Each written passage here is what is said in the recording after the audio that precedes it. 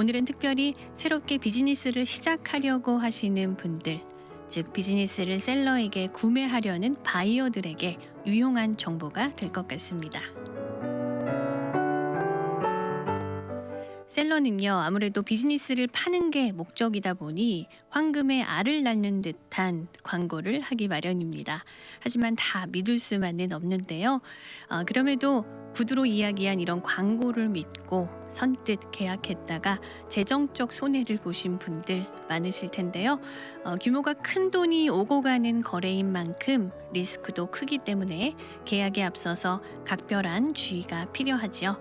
어떤 부분들을 주의 깊게 살펴보고 계약을 해야 할까요? 오늘은 비즈니스를 구매할 때 주의하셔야 할 사항에 대해서 함께 알아보도록 하겠습니다. 네, 모든 궁금증을 속 시원히 해결해 주실 해결사 이원석 변호사님 나오셨습니다. 안녕하세요. 네, 안녕하세요. 해결사 이원석입니다. 반갑습니다. 네, 안녕하세요. 네, 네. 올해로 이제 세 번째 맞죠? 네. 3월이니까. 네, 네, 네, 세 네. 번째 네. 법률 상담 시간이 돌아왔는데요. 오늘 주제가요. 비즈니스를 구매할 때 주의해야 할 점이에요. 네. 요즘 코로나 상황도 좀 안정이 되면서 이제 새롭게 이제 봄이 돼서 비즈니스를 좀 시작을 해봐야겠다 하고 이제 꿈틀꿈틀 움직이시는 분들 계실 텐데요. 비즈니스 시작하기 전에 좀 미리 변호사님을 찾아와서 계약서가 이만저만한데 어떻습니까? 라고 하면 좋으련만 뒤늦게 찾아오시는 분들이 더 많으실 것 같아요. 네, 그렇죠. 이제 오랫동안 변호사 생활을 하다 보면 제일 아쉬운 점이 이제 어떤 계약서를 사인하시기 전에 네. 저한테 와서 좀 같이 검토를 하고 자문을 좀 드렸으면 좋겠는데 제가 보기엔 뭐 거의 한 85%에서 90% 분들이 네. 이미 다 계약서를 사인하고 네. 계약서를 저한테 갖고 오셔서 검토를 해달라고 하시는 분들이 있거든요. 근데 문제는 이제 이미 계약서를 사인한 다음에 우리가 그 계약서를 검토해서 정정이나 또 추가나 이런 네. 사항이 있어서 그걸 이제 상대방한테 정정을 해달라고 요구한다면 이미 계약서 사인된 상태에서 상대방은 그런 추가 사항이나 정정을 하지 않겠다고 하는 경우들이 대부분이고 받아들이지 않겠죠. 그렇죠. 이미 네. 사인했기 때문에 자신은 바꿀 필요가 없다. 네. 아니면 그렇게 하고 싶지 않다. 그렇죠. 이렇게 얘기한다면 참 어려운 상황이 될 수가 있고 굉장히 불리한 상황에서 진행하게 되는 경우들이 있거든요. 그래서 가능하면 네. 제일 아쉬운 것들이 어떤 계약서든 간에 사인을 하시기 전에 저와 같이 그쪽에 어떤 전문 지식을 갖고 계신 변호사님들을 만나셔서 좀 검토를 하고 자문을 받으면 거짓말 안 하고 제가 제 사무실에 오신 분들한테 잠깐 말씀들을 드리는데 길게도 말고 30분만 와서 저한테 검토를 하시면 사실 뭐 몇백만 불 날리신 분들 제가 세이브해 드릴 수 있는 경우들이 너무 많았어요.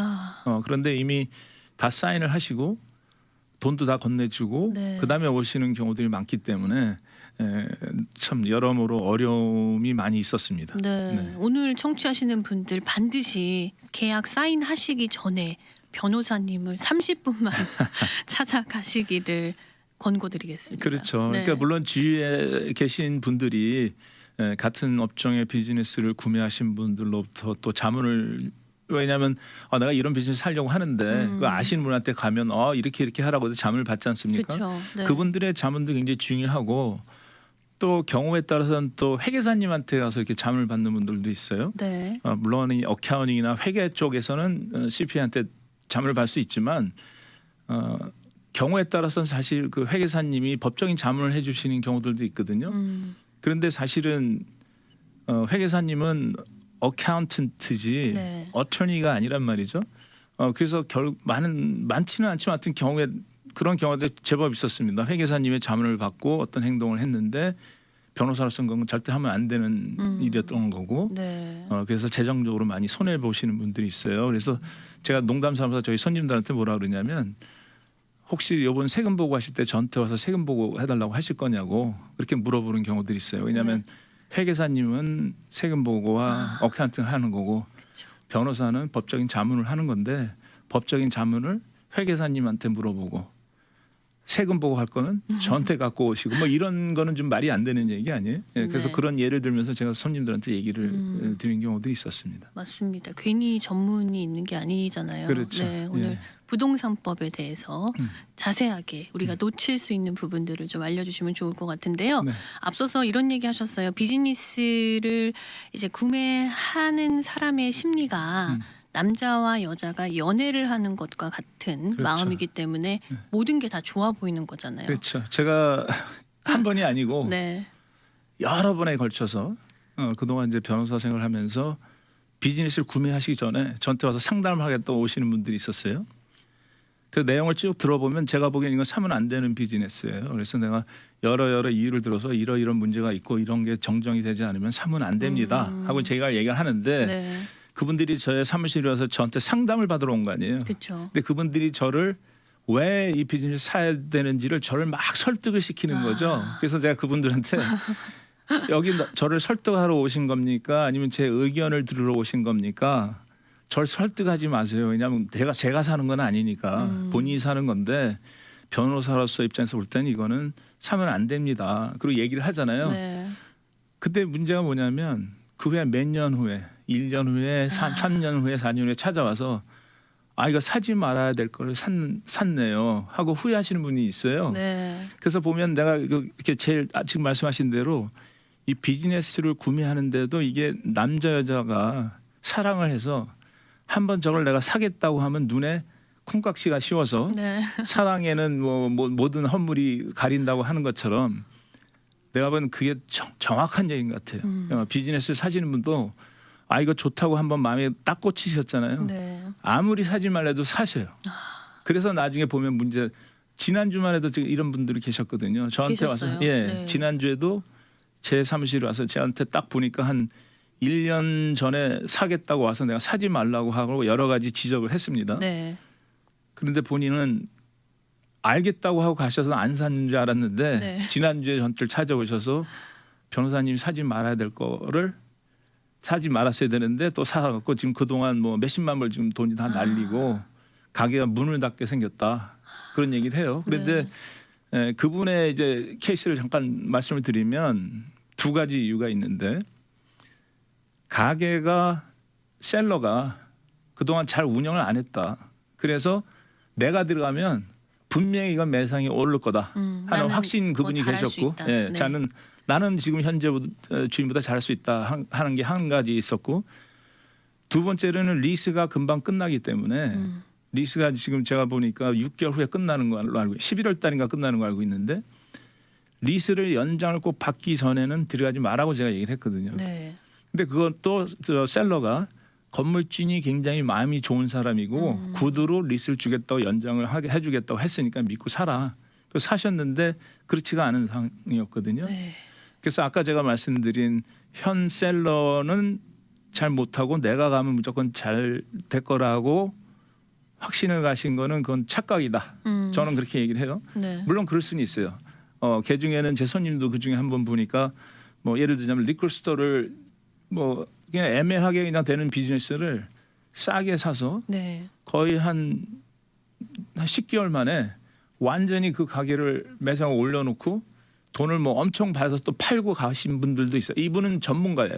네, 그런데 그런 쪽에. 그런 전문가 네. 물론 이런 예외적인 사람들은 있습니다만은 많은 분들이 그런 전문가가 아닌 사람들은 현재 주인이 잘 못한다. 예를 들어서 뭐 경험이 없어서 못한다던가 아니면 거의 직원들만 쓰고 주인은 가게도 안 나와서 내가 가면 된다고 하는 거는 죄송한 얘기지만 착각이라는 거죠. 그분들 지금 현재 셀러들도 이미 최선을 노력을 해서 비즈니스 매상을 올려 또 노력을 했던 거고 네. 그분보다 물론 잘 되는 확률이 있긴 하겠지만 과연 얼마나 더 현재보다 올릴 수 있냐가 굉장히 퀘스천업을하고 본인이 현 주인보다 더 잘한다는 개런티는 그건 진짜 제가 보기엔 착각. 그러니까 그렇게 쉽게 생각하지 말라는 얘기죠. 큰 돈을 투자하는 거기 때문에. 네. 네, 그래서 그런 문제들 때문에. 근데 이게 지금 제가 한 케이스를 얘기하는 게 아니라 지금 이런 제가 말씀드린 이런 문제 두 가지 문제 한 번이 아니라 여러 번 걸쳐서 반복되는 많은 분들이 거죠. 네. 이 문제로 오신 분들이 많아요. 네. 네, 그러니까 좀 심각하게 네. 잘 생각을 해보셔서 그래야겠네요. 물론 무조건 뭐 사지 말라는 얘기는 하지만 사더라도 확실하고 두들겨보고 이런 것을 구매를 하셔야 된다는 말씀을 드리는 거죠. 또 변호사님이 경험이 많으시니까 사지 말라고 하는 이야기를 들었으면 말을 잘 들어야겠네요. 그렇죠. 그러니까 네. 물론 뭐 제가 무조건 하지 말라고 하는 거는 아니죠. 제가 하지 말라는 데는 어떤 법적인 문제가 이유가 있고 있겠죠. 네. 있지만 그 제가 지적한 문제를 해결하지 않는다면 그러면 안 사시는 게 좋죠. 아까 저한테 잠깐 질문을 하신 게 그러면 제가 사지 말라고 해서 안 산 분들이나 그런 얘기를 잠깐 했었잖아요. 네네. 그러니까 제가 말씀드린 건 제가 지적하는 법적인 문제가 있는 거를 사지 않는 게 좋은 거고 그다음에 이 문제가 해결이 되면 사도 된다고 하면 그 문제가 해결되도록 저쪽과 얘기를 해서 해결되면 또 사셔도 괜찮은 거고 네. 뭐 그렇게 생각하시는 게 좋을 것 같다는 생각이죠. 네. 그렇습니다. 리스 이슈가 가장 이제 그렇죠. 많을 것 같아요. 네, 비즈니스 그렇죠. 구매를 네. 할 때. 네. 어떤 부분에 예, 리스가 이제 아까 잠깐 말씀을 드렸지만 예를 들자면 리스가 지금 2년 남았어요. 근데 비즈니스 사시겠다고 해요. 네. 그러면 당연히 저 생각에서는 많은 돈을 주고 사시는 거기 때문에 건물 주인한테 예를 들어서 지금 살 때 에스크로 들어갔을 때 리스를 연장을 요구를 하고 네. 그 연장이 허락되는 한에서 사라. 그렇지 않으면 만약 사실 거라고 생각한다면 2년 후에 건물 주인이 리스를 안 준다는 거를 각오를 하고 사지 않으면 사지 마십시오 얘기를 하는 경우들이 많거든요. 그러면 이제 사실은 이제 그 리스도 만약에 아까 제가 말씀드린 대로 한 2년 남았다고 한다면 네. 어떤 건물주는 3년 리스를 주는 분들도 있고 어떤 분들은 5년 리스 주는 경우도 있어요. 그러면 예를 들어서 뭐 2년인데 뭐 2년을 더 주겠다고 한다면 예를 들어서 내가 들어가서 이제 2년 동안 비즈니스 2년이라는 세월이 금방 가잖아요. 비즈니스를 운영할 때. 네. 그러면 2년 하고 뭐 한 매상을 많이 올렸어 제가. 그래서 가게를 팔려고 한다면 난 또 리스가 2년뿐이 안 남잖아요. 그럼 또 가게를 팔기가 힘들어지는 거죠. 그래서 보통 그럴 때는 뭐 2년 리스 받는 게 아니라 2년 남았으면 적어도 뭐 3년에 3년 옵션을 받다든지 아니면 5년에 5년 옵션. 그러니까 내가 비즈니스를 운영하고 들어가서 몇 년 동안 운영한다 하더라도 그 후에 또 충분한 리스 기간이 있어서 바이어한테 팔 수 있는 이런 상황이 돼야 된다. 네. 네, 그렇게 좀 설명을 드릴 수가 있는 거고요. 네. 근데 또 이제 그 구두로 지금은 2년 남았는데 3년 더 해준다고 하더라. 이거는 아무 소용이 없는 거잖아요. 그렇죠. 이제 네. 그 좋은 말씀하셨는데 법적으로 부동산과 관련된 모든 거는 서면이 아니면 무효다라는 그런 법이 있어요. 네. 그러니까 예를 들어서 뭐 건물 주인이 뭐 100명이 보는 앞에서 2년 리스 끝난 다음에 내가 무조건 리스를 줄게 네. 얘기했다 하더라도 그게 사실이잖아요. 100명이 윈네스가 있잖아요. 법적으로 집행할 수 있느냐? 없습니다. 왜냐하면 우리가 법적으로 얘기하는 스태츄 프로드라고 해서 네. 부동산 매매나 리스나 부동산과 관련된 모든 계약은 구두로는 성립이 안 되고 서면으로 돼야 된다 하는 그런 법이 있어요. 물론 거기에 익셉션이 있어요. 특별한 경우 뭐 그 설명하자면 말이 길어지니까. 그러니까 기본적으로 리스나 부동산 매매나 이런 거는 서면으로 쌍방이 사인하지 않고는 아무리 구두로 얘기해봐야 법적으로 무효다. 이렇게 인식을 하셔야 된다는 얘기죠. 그거 주의하셔야겠네요. 그렇죠. 그러니까 네. 뭐 구두도 구두지만 보통 이제 셀러들이 이런 얘기를 많이 하죠. 지금 건물 주인이 굉장히 좋은 사람이다. 너무 인품이 좋다. 인품이 좋다. 테넌트가 해달라면 다 해준다. 그러니까 2년 있다면 분명히 달라고 하면 줄 거다. 그러니까 걱정하지 말고 그냥 가게 사라.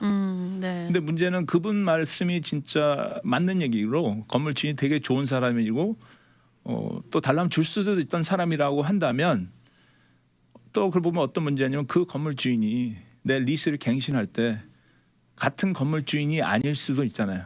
그렇죠. 그분이 네. 팔고 나가면 네. 새로운 건물 주인이 나와서 안 된다고 하던가 네. 아니면 예를 들어서 뭐 제가 지금 간단하게 얘기를 든다면 말하자면 뭐 물론 이런 코인런드는 이런 문제는 없습니다. 예를 들어서 코인런드라고 하면 돈이 많이 투자된 비즈니스 아니에요. 이퀴먼트도 그렇죠. 사고. 네.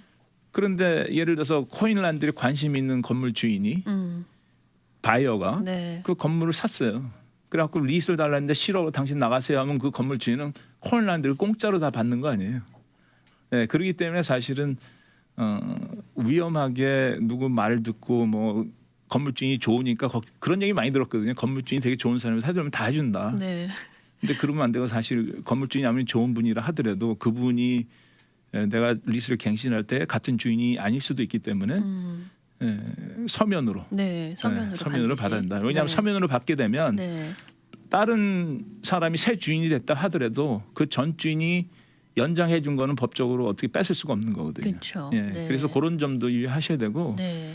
그다음에 어떤 경우는 리스 검토하다 보면 예를 들어서 뭐 드라이클리닝 비즈니스다. 네. 그러면 그 매매 그 리스 계약서 보면 만약에 건물 주인이 90일 통보 90일 안에 나가달라고 서면을 통보하면 리스는 끝나고 나가야 된다. 다 들고 나가야 된다. 네. 이런 조항들이 있을 수가 있거든요. 네.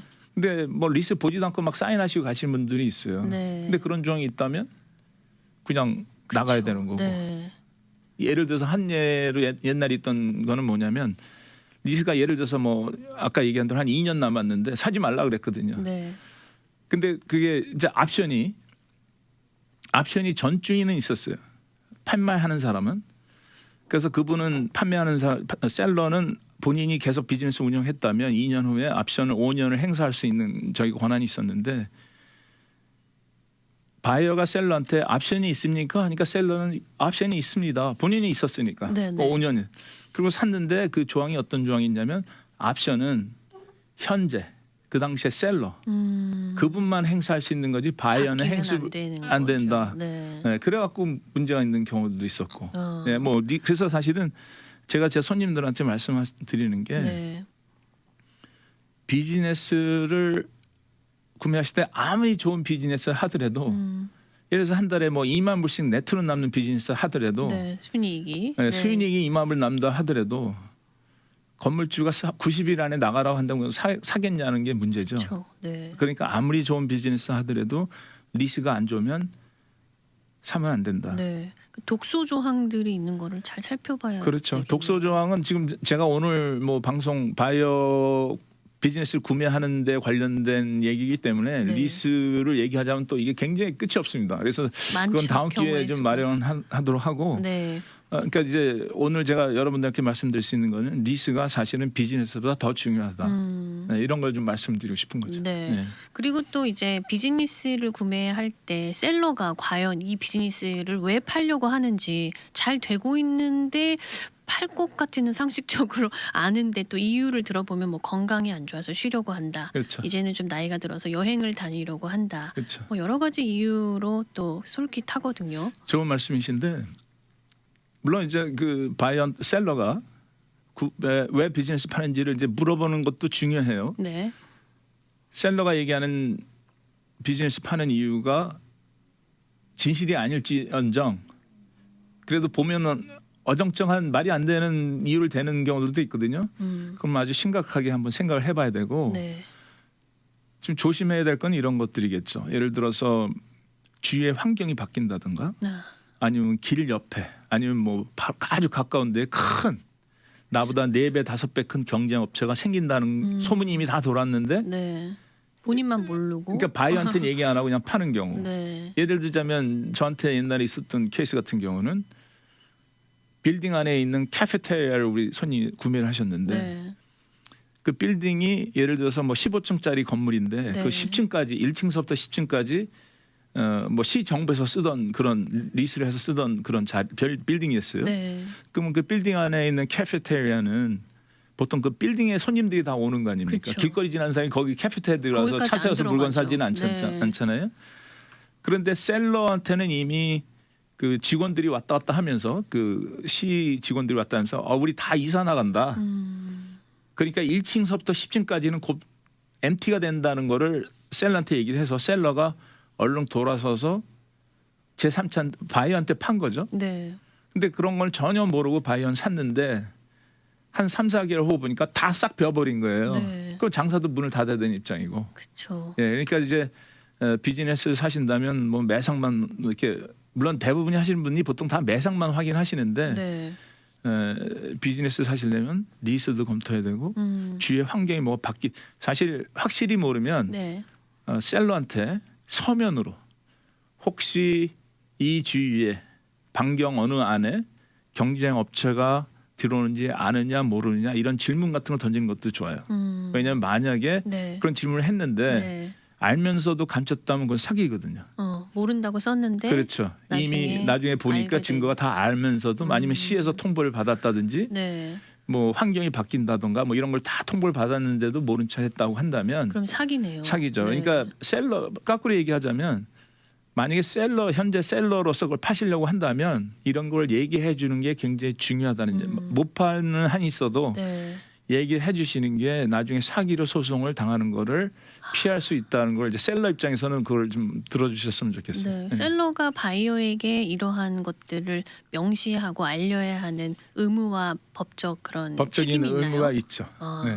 그렇지 않으면 알면서 왜냐하면 이제 바이어한테 지대한 영향이 있는 사실을 네. 알면서 얘기를 안 했다 하면 그건 사기예요.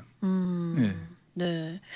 그리고 이제 또 비즈니스를 운영 중인 비즈니스를 또 이어서 물려받아서 구매를 하게 될 때는 그 매상과 관련된 그렇죠. 그러니까 뭐 인컴 텍스는 보기에는 많은데 막상 또 순이익이랑은 조금 또 차이가 있을 수 맞아요. 있잖아요.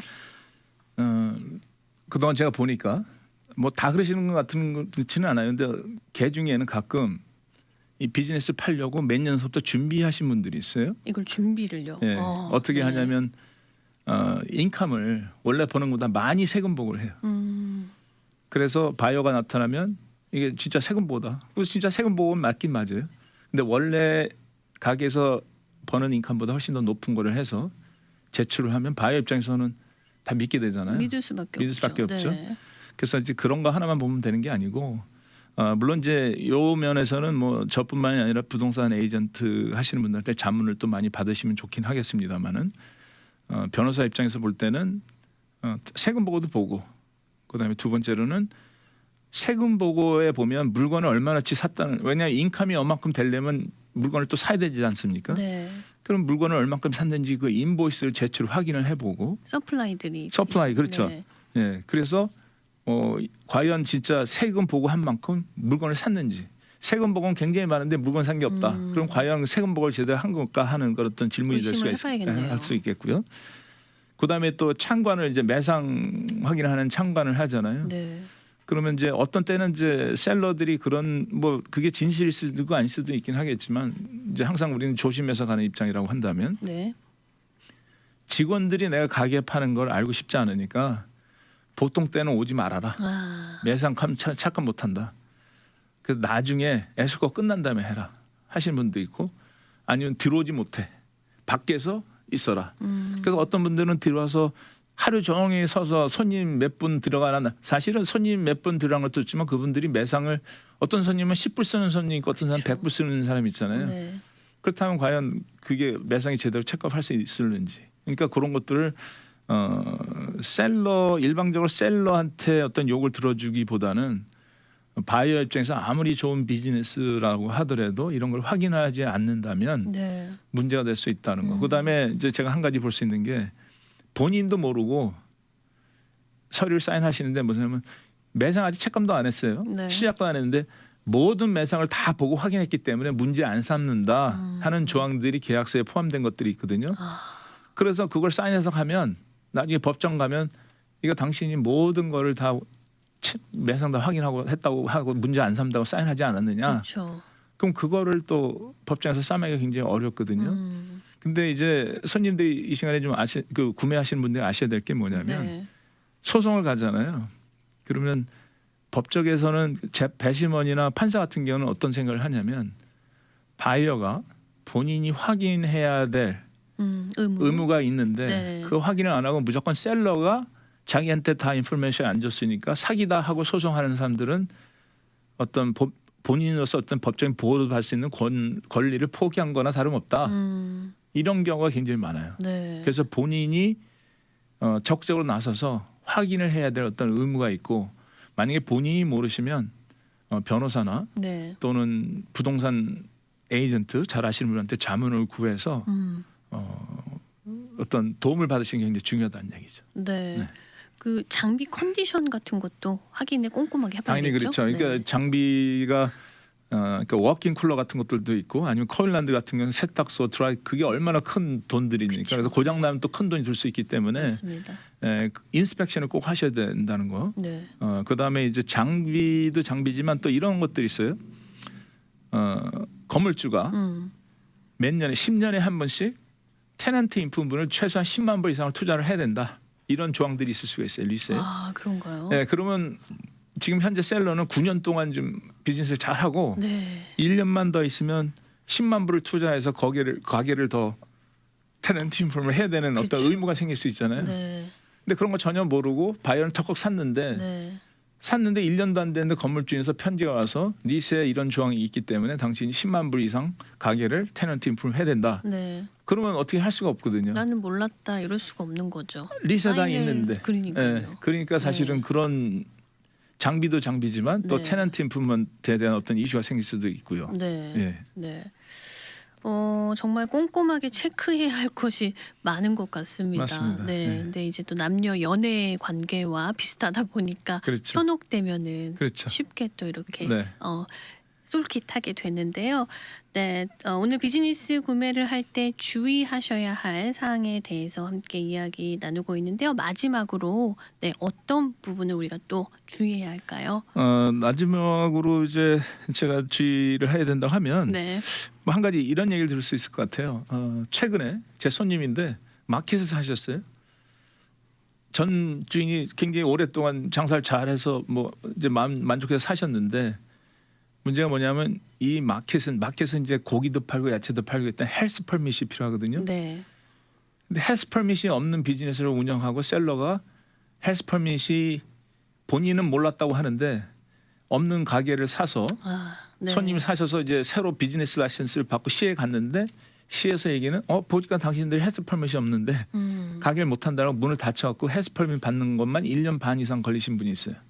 렌트를 내고 마켓은 1년 반 동안 문 닫고 그렇기 때문에 이거를 본인들이 시에 가서 비즈니스 라이센스가 제대로 있는지 헬스 퍼밋이 제대로 있는지 뭐 ABC 라이센스가 제대로 있는지 그런 것도 확인하는 것도 굉장히 중요하다고 봅니다. 네. 네. 오늘 우리 이원석 변호사님과 함께 비즈니스를 구매할 때 주의해야 할 점에 대해서 함께 이야기를 나눴습니다. 오늘 이야기 들으시면서요. 부동산법, 상법, 민사법 관련해서 도움받기 원하시는 분들 상담 받으실 수 있죠? 전화번호 안내해 주세요. 네, 제 사무실 전화번호는 714-634-1234